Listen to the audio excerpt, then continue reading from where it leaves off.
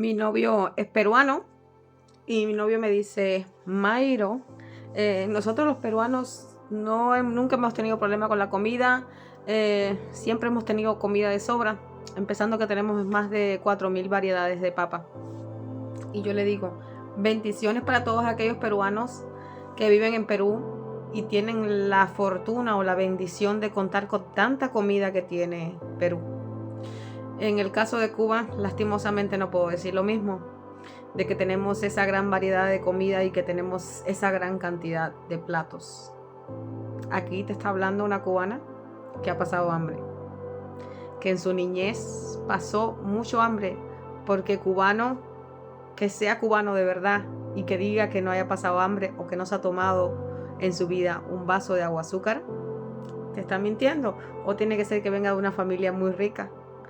Porque cubano que es cubano de verdad, y si eres más de las provincias, yo vengo de la provincia oriental, después me mudé con 14 años hacia La Habana, pero mi infancia la viví en las provincias orientales, específicamente vengo de Santiago de Cuba, por eso sé cómo es eso, sé lo que es el hambre, porque he vivido el hambre. Me ha costado a dormir solamente con un vaso de agua azúcar porque no ha habido más nada que comer. Y por eso en las conversaciones mías con mi novio le digo, Perú es un país bendecido. Perú es un país bendecido porque tiene una de las mejores comidas, una de las mejores culinarias del mundo. Está en Perú. Variedades de comida infinitas. Tiene comida para más de 365 días del año. Tiene comida para no repetir un plato de comida en 3 años, mi amor. ¿Te imaginas lo que es no repetir un plato de comida en 3 años? Sin embargo, en Cuba, mi amor, el plato de comida los está repitiendo el mes completo o el año completo. Un mismo plato de comida. Arroz con frijoles, arroz con huevo. Arroz con frijoles, arroz con huevo. Arroz con frijoles, arroz con huevo. Y si no hay frijoles, arroz blanco con huevo. El arroz con huevo, en mi casa se hizo el plato de la casa. El arroz con huevo hizo parte de del menú diario de la casa. Arroz con huevo, mi amor. Y da gracias que a veces había huevo. Cuando no había huevo, arroz blanco solo. ¿Cuántas veces a la semana comí arroz blanco solo, sin aceite, solamente arroz blanco con sal? Incluso a veces tenemos que pedirle sal a los vecinos porque no había sal. No había sal para echarle al arroz. Imagínense ustedes, no hay sal para echarle al arroz. Arroz solo y de contra no había sal. Nosotros tenemos un huertico, nosotros éramos un poquito más bendecidos, por decirlo así, porque tenemos un huertico. Mi papá tenía un huertico al lado de la casa de nosotros tenía un buen patio, gracias a Dios, tenía un buen patio.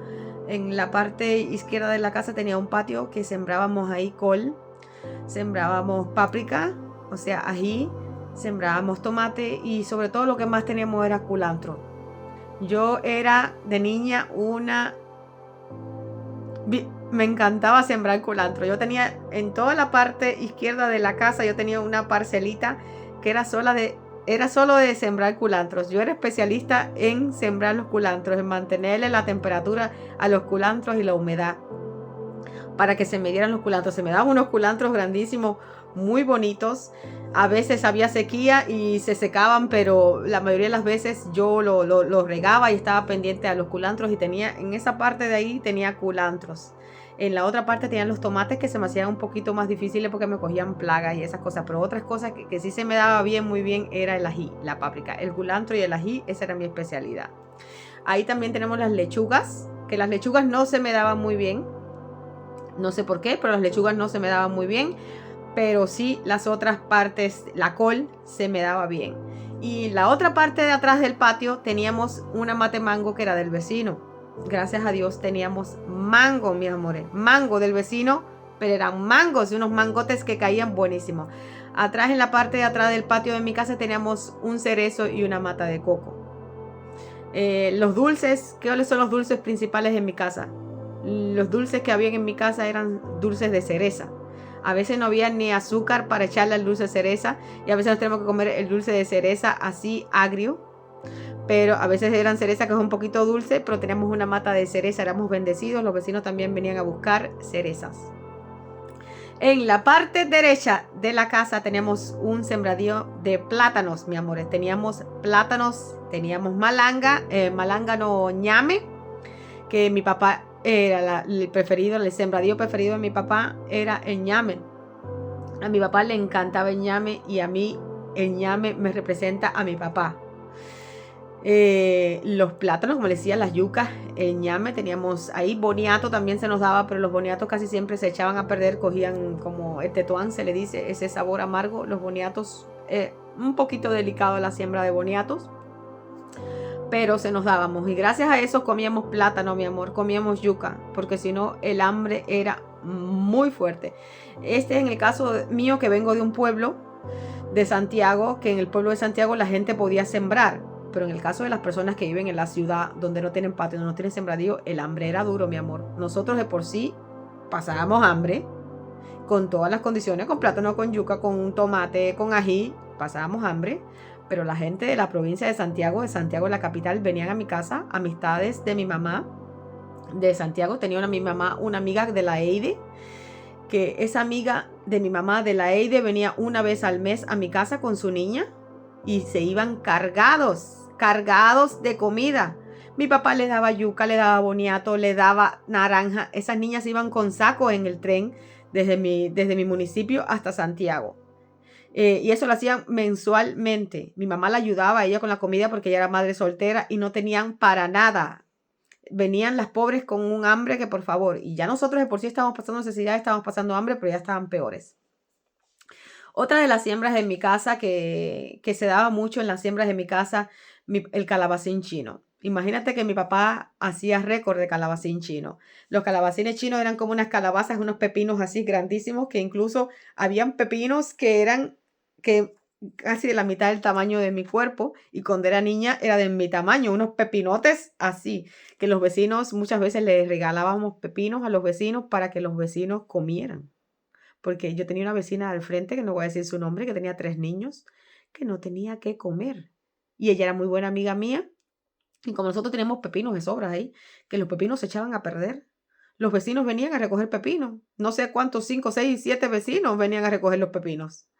Y estos pepinos no eran pepinos dulces, no eran pepinos como el pepino ese que tú te piensas que es. Son los calabacines chinos esos que no tienen sabor adentro. Entonces tú lo podías hacer dulce. Nosotros lo hacíamos mucho dulce, le echábamos canela adentro. Dulces preferidos, eran los dulces preferidos de nosotros, los calabacines chinos esos.